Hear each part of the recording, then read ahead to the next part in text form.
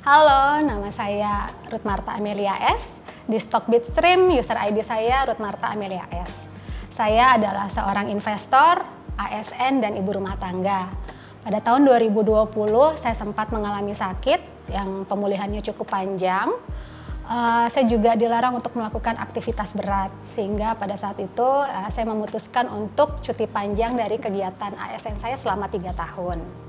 Halo, saya Deden Simanjuntak. Di Stockbit, username saya Pom Films.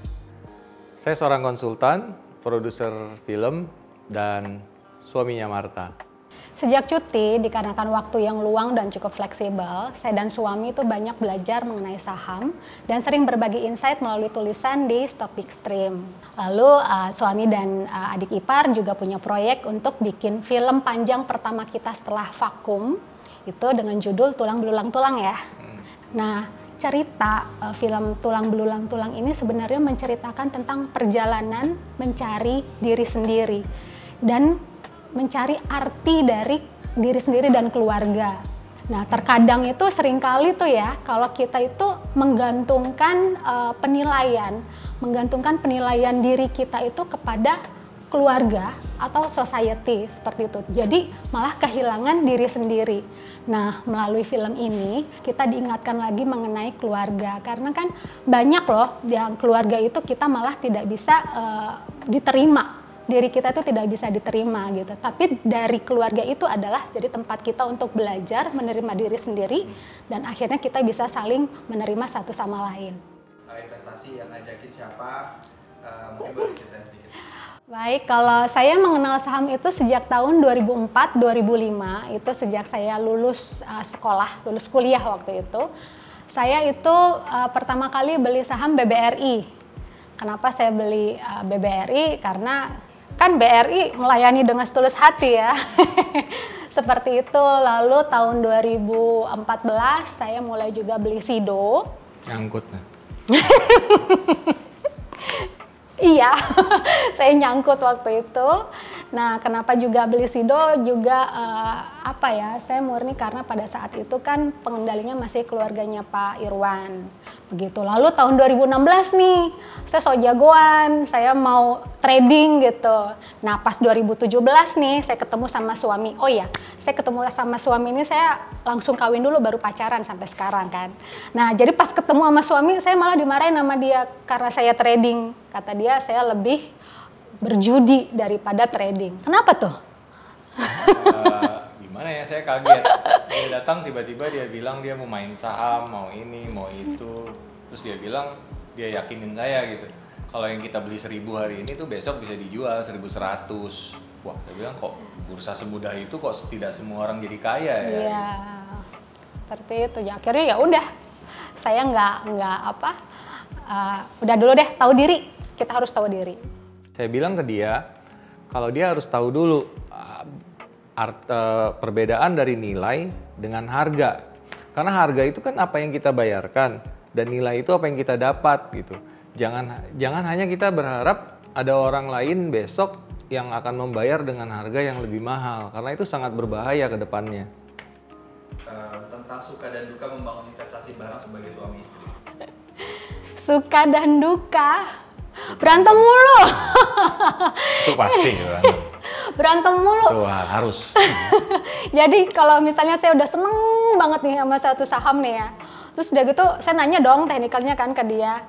Dia jelasin saya nggak ngerti-ngerti gitu kan. Saya balikin lagi ke dia. Kalau kamu nggak bisa ngejelasin ke anak SD, berarti kamu nggak cukup memahami. Kayak gitu. Nah kalau sukanya nih perempuan-perempuan, kalau saya senengnya nih, semua profit dia 100% buat saya. Mungkin itu dukanya dia sih. Iya nggak? Ya itu sukanya di dia ya, tapi nggak apa-apa lah. Karena kita jadi bisa saling mengenal satu sama lain, dan ya uang kita untuk masa depan juga lebih aman kan di tangan dia. Metode apa yang Bapak Ibu gunakan dalam berinvestasi? Metode kita dalam berinvestasi itu nabung, ngopi, nyopet. Nabung, ngopi, nyopet. Ngopi itu tapi ngobrol pintar ya. Ngobrol pintar itu bukan harus di tempat ngopi, tapi bisa juga dilakukan di Stockbit-Stream. Nah, tapi dalam hal ini kita membicarakan tentang nabung dulu ya. Soalnya portofolio kita memang dikelola demikian. Nah, kita tuh buka porto di Stockbit itu karena kita lagi nabung bikin film ya. Iya, sejak 2021 akhir. November. Nah, kalau untuk nyopet itu kita lakukan hanya saat ada kesempatan. Jadi itu hanya aktivitas sampingan kita gitu. Yang utamanya tetap nabung ya dan ngopi, ngobrol-ngobrol pintar di Stockbit. Ya, nah kalau untuk screening suatu emiten itu kita ada 3 hal. Yang pertama itu adalah produk. Mungkin karena kita paling sering lihat di sekitar kita apa itu produk. Dari situ juga kita bisa melihat respon marketnya seperti apa. Nah lalu kemudian kita lihat prospeknya bagaimana nih, kedepannya seperti apa nih. Dan yang ketiga adalah pengendali. Pengendali itu adalah siapa yang punya hajatnya nih di satu emiten ini. Nah, tapi dari 3 hal ini paling kuat, paling kuncinya itu adalah di pengendali. Nah, karena kalau menurut kita pengendali itu sebaik apapun prospeknya, tapi kalau pengendalinya itu tidak cukup baik, maka prospeknya itu akan hancur, tidak akan bisa tercapai. Nah, tapi sebaliknya, kalaupun prospeknya itu tidak baik, tapi dengan pengendali yang baik, mungkin dengan usaha yang lebih maksimal, maka prospeknya itu akan bisa tercapai. Nah nanti kalau udah 3 hal ini tercukupi nih, nanti saya nanya ke suami saya nih. Baru kita pastiin tuh dari sisi fundamentalnya, kita lihat laporan keuangannya ya sekilas-sekilas aja sih, yang penting tidak ada macam-macam, tidak ada pengeluaran yang aneh-aneh. Saya lebih fokus ngelihat Altman score-nya itu untuk tahu resiko dia untuk bangkrut. Terus kita lihat juga dari sisi teknikalnya. Nah, di teknikalnya itu kita biasa pakai yang simpel-simpel aja sih, kayak moving average 160, baik itu dari monthly, baik itu dari weekly atau daily-nya. Nah, logika di balik 160 itu adalah 160 minggu sebenarnya. 160 minggu itu 3 tahun performance dia selama 3 tahun terakhir. Nah, terakhir baru kita lihat tuh indikator yang pakai Ichimoku Clouds. Itu sebenarnya sangat simple gitu. Kita bisa lihat itu harga sebenarnya sudah di atas atau di bawah average-nya sebelum-sebelumnya. Nah, selain itu juga kita harus tetap perhatikan 3 hal, yaitu yang pertama itu adalah sabar saat membeli. Lalu kita juga harus ikhlas nih waktu ngejual. Dan yang paling seru adalah kita harus bersyukur saat do nothing. Kendala apa yang sering Bapak Ibu hadapi ketika berinvestasi? Nah, saham incaran kita tuh kebanyakan tuh nggak liquid. Jadi saham-saham tidur yang sepi. Nah, jadi kita tuh nawar sadisnya sulit karena menunggu orang yang mau berbaik hati untuk menjual sahamnya kayak gitu. Iya, dan kenapa kita ambil saham-saham yang tidak liquid tuh karena ya dia punya potensi kan untuk future dividend yield-nya yang cukup bisa tinggi kalau memang kinerja perusahaannya itu membaik atau meledak gitu istilahnya. Atau jika dalam pasarnya yang mengapresiasi mereka terlalu cepat, itu kita bisa mendapatkan capital gain yang juga cukup lumayan gitu. Nah, kalau nawar sadis yang dimaksud sama Martha, itu ya kita tawar aja sesadis mungkin gitu. Kita HK 1-2 lot di harga di kanan, tapi kita tawar aja sesadis mungkin di kiri sampai yang jualan itu pusing sendiri gitu. Dan kita waktunya tuh mungkin untuk akumulasi saham-saham sepi itu kita membutuhkan waktu sekitar 6 bulan sampai 1 tahun. Kita memang sengaja luangkan waktu untuk itu gitu, dan kita sangat menikmatinya gitu.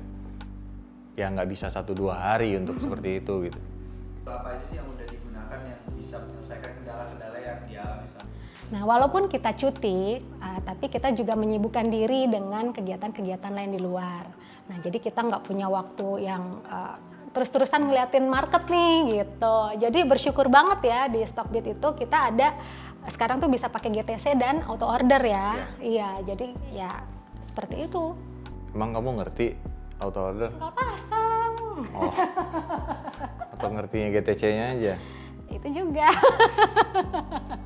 Iya, yang penting kalau di GTC dan auto order itu kan kita bisa tinggalkan order itu ya.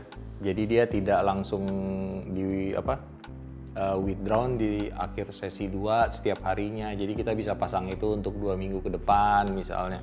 Jadi kita ngecek sekuritasnya itu tidak harus setiap hari. Kan tidak semua orang punya waktu untuk itu. Nah, selain itu kita juga suka sama stock bitstream-nya ya.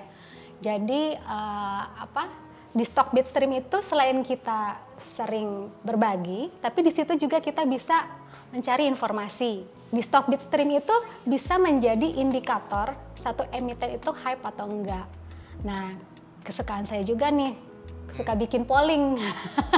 Dari polling itu jadi kita bisa melihat isu bagaimana reaksi pasar terhadap satu isu tertentu, seperti itu, ya kan? Dan kita seneng nih, misalnya nih ada satu saham inceran kita yang ternyata itu lagi overhype. Nah, berarti jangan dulu ya. Nah, tapi kalau ada satu saham yang lagi dicaci maki, wah seneng banget karena itu saatnya membeli dengan tenang. Karena kita nggak perlu deg-degan, keburu naik harganya. Seneng deh. Tips buat para pasangan nih yang mau mulai ngebangun investasinya bareng.